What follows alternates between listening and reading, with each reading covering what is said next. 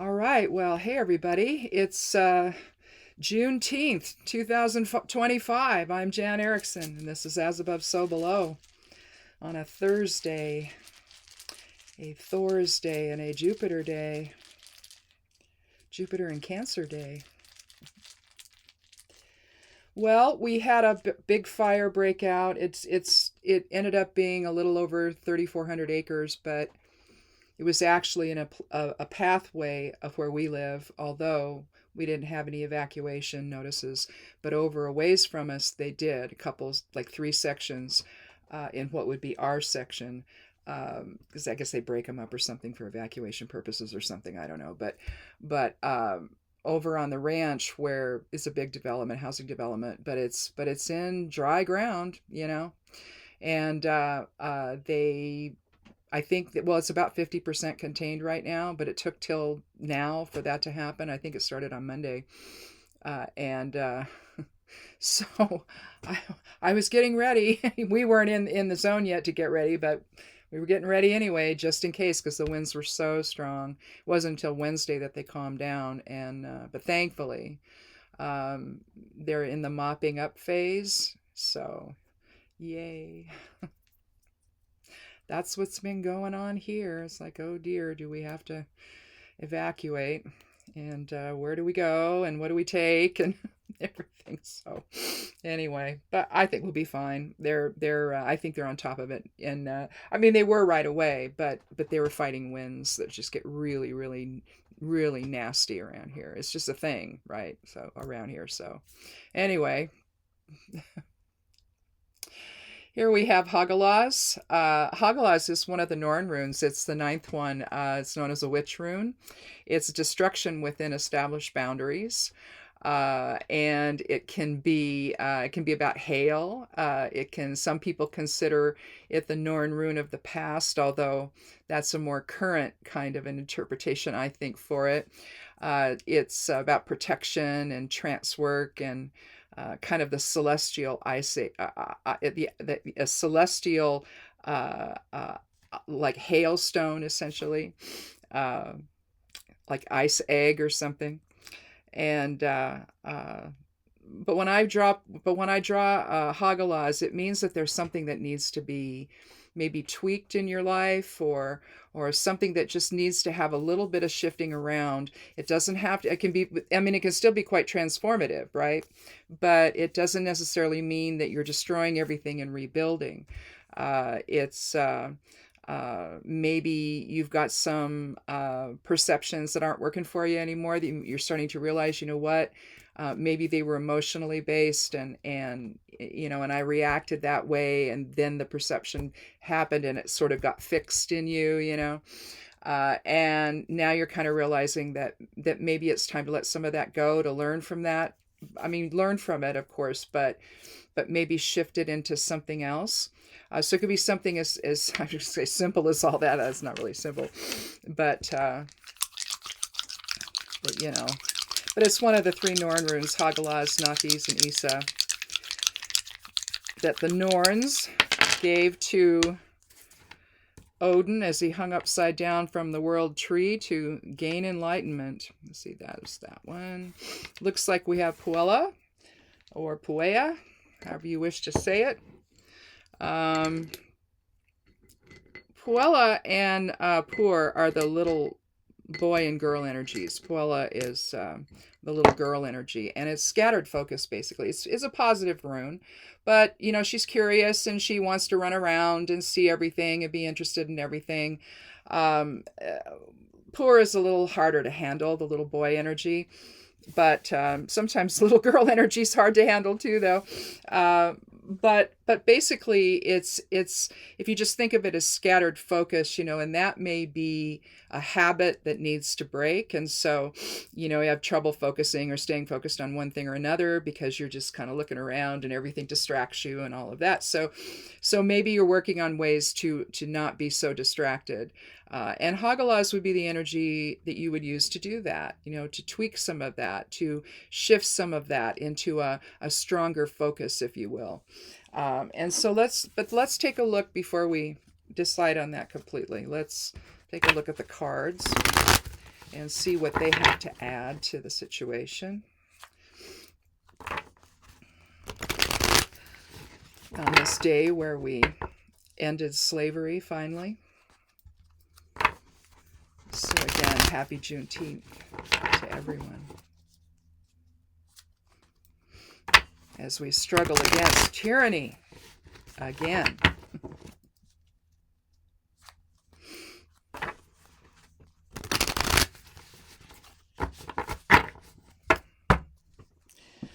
So let's take the lower half. I cut the deck, took the lower half. So we have a run on Pentacles. We have the Queen, and we have the Four of Pentacles, and we have the Six of Wands. I wonder which one I want to start with first. Let's do the, where is my icon? There it is. Let's do the numerology first, and then I can figure out which one I want to start with. So we had 9 for Hagalaz. Nothing on the court. The court cards don't have a number. And then we have a 4 plus a 6.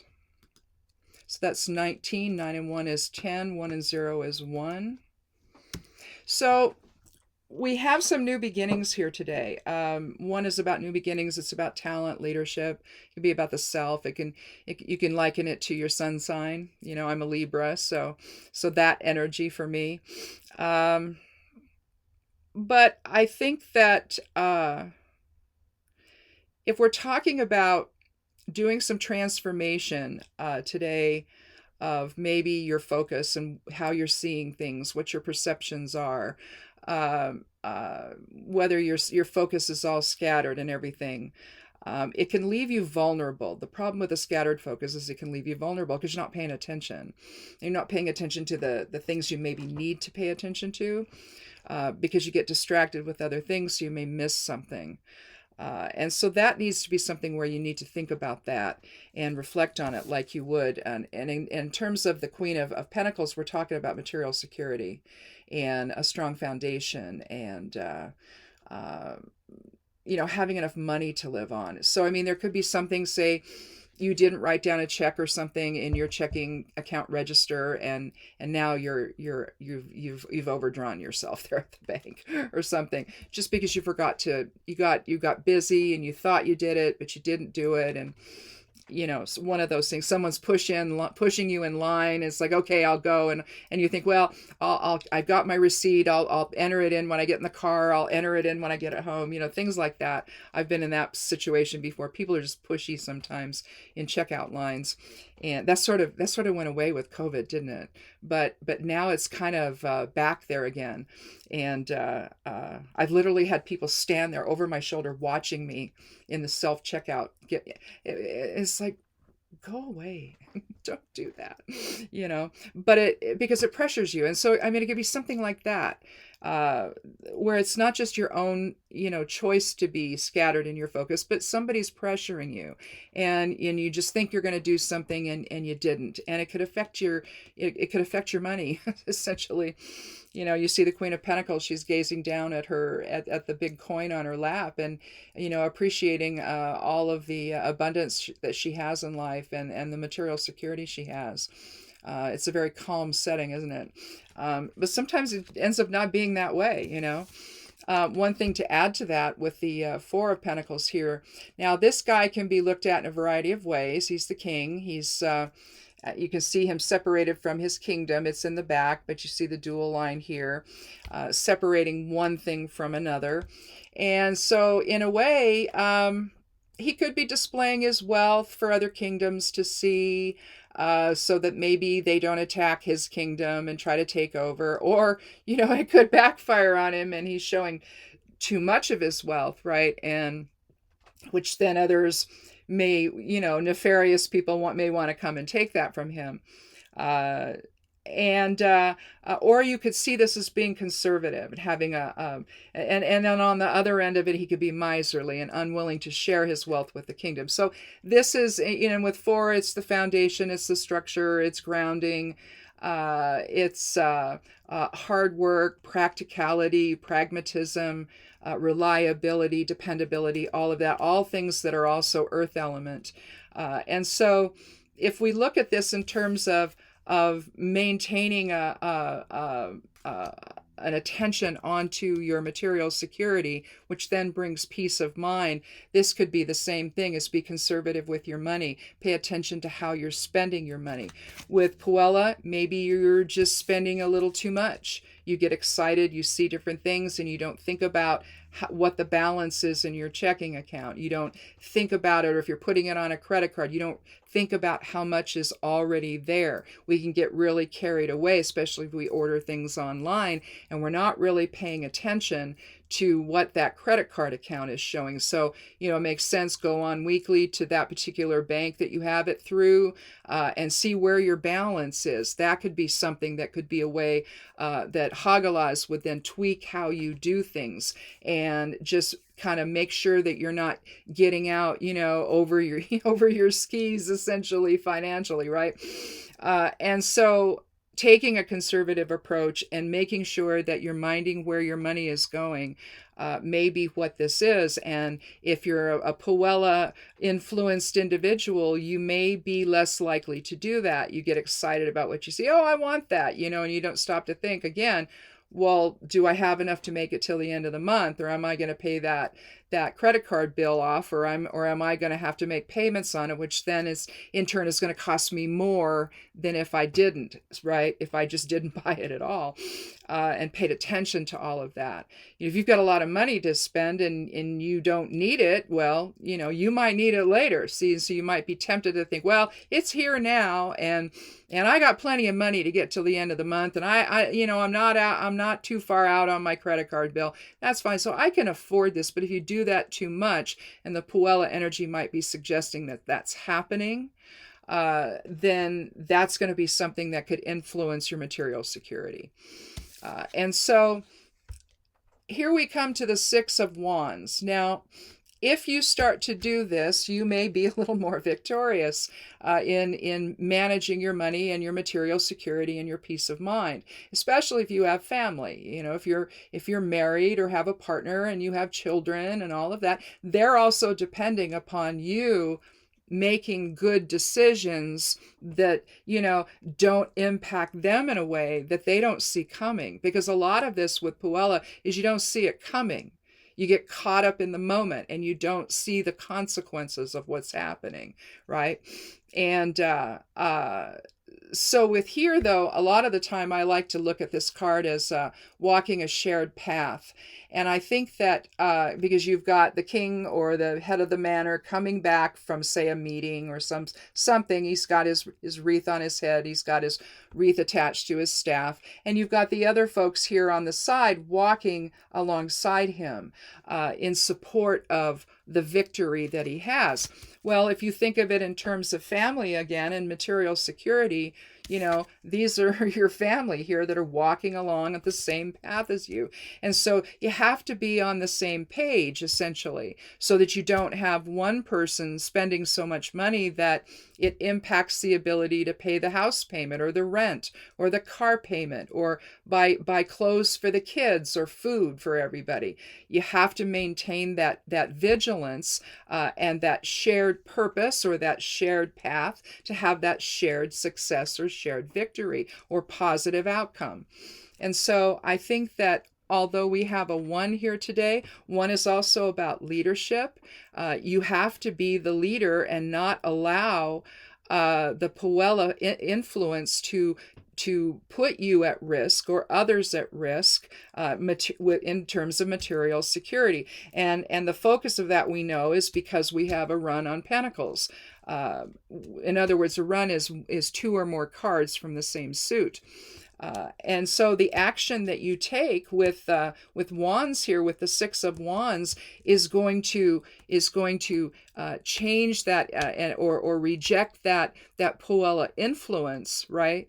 That scattered focus influence where things can get dicey because you're not paying attention to what you need to be paying attention. And then through Hagalaz, though, instead of that, you recognize that this is an important thing to do, that others depend on you for the decisions that you make. And if you're given to that sort of behavior, those sorts of choices, then Hagalaz is the above side of things here today, that particular energy, that higher self energy that allows you to take a look objectively at what's going on with you and make the changes that you need to make so that you can then stay more materially secure, and that you can then be on the same page with your family and they can depend on you as you walk that path together. So, okay.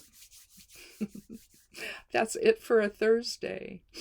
So, well, I appreciate you coming by. If you haven't yet clicked subscribe, I'd love you to do that and come back. I do this Monday and Thursday, not through Thursday. I did in the beginning though. I did Monday through Thursday. I did 4 readings a week. I think it was 4. Did I do 5? I think maybe I did start out with 5 and then I took it down to 4. But anyway, eventually I had no time. And so I eventually just said, okay, I'll do it twice a week. But anyhow, if you haven't clicked subscribe yet, I'd love you to do that and come back and check in when you can and just see what the runes and the cards have to say about how you might be able to think about things differently. If it applies to if whatever the reading is happens to apply to you on that day or around that time, it might give you some insights to think about. I'm not really here to tell you what to do, but I just like to take a look at what the cards and runes have to say and just use that as maybe some insight into how you might manage, your day or your life or what have you, right? Also, I do a little write-up, just the reading notes of this over at Stepping Aside. That's my website, my blog. And on Sunday nights, was actually Sunday morning, not Sunday night, in the midnight hour, the forecast for the week comes out, and also the correspondences for work and magic. If you're of the magically inclined, you might find that interesting and helpful in laying out the spell work and when's the right time and what energies are active that day, whether or not it's going to help or hinder, you might need to wait. In other words, that there's a correspondence chart, which is an astrological chart, but it's also has the correspondences on it. That's for each day on that one. And so you'll find all that over there. And then plus I write over on Substack, I publish the reading notes and then a link to the video. And then I publish part of those other 2, and then there's a link on there to come back to the website and see the rest of the stuff. So I give a little window into what I write about over there on Substack, and that's Witch Notes or under Jan Erickson, either one. There's links below the video here. If you want to click on more below the video, it'll open a box, and the web address for the website, imsteppingaside.com, is right there. And you scroll down to the bottom, and you'll see everywhere I am, either on the dreaded social media sites or Substack. And so I guess that's it. Have a good weekend. Get outside if you can and enjoy the weather if it's good for you. And work in your garden if you have one. Ours is doing well. I had to replant some beans that didn't come up, but other than that, everything's doing well. And come back again on Monday for another edition of As Above, So Below. Be good to yourself, be good to one another, and blessed be.